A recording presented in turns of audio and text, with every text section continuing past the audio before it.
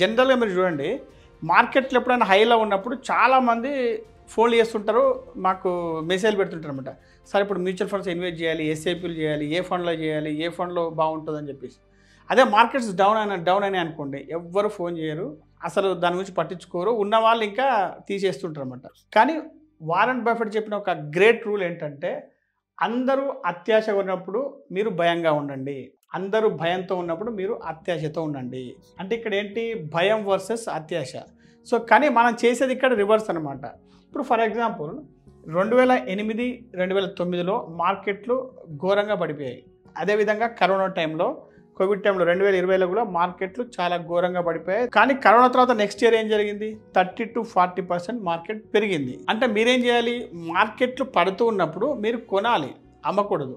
అలాగే మార్కెట్లు పెరుగుతున్నప్పుడు మీరు కంటిన్యూ చేయాలి ఇన్వెస్టింగ్. అమ్మమని చెప్పడం కాదు. మీ ఎస్ఐపీలు అనేవి కంటిన్యూ చేయాలి. అలా కంటిన్యూ చేస్తూ మార్కెట్లు పడుతున్నప్పుడు ఏం చేయాలంటే మీరు ఇంకొంత యూనిట్స్ అక్యూములేట్ చేసే ప్రయత్నం చేయాలి. సో అలా అయితేనే మీరు సక్సెస్ అవుతారు.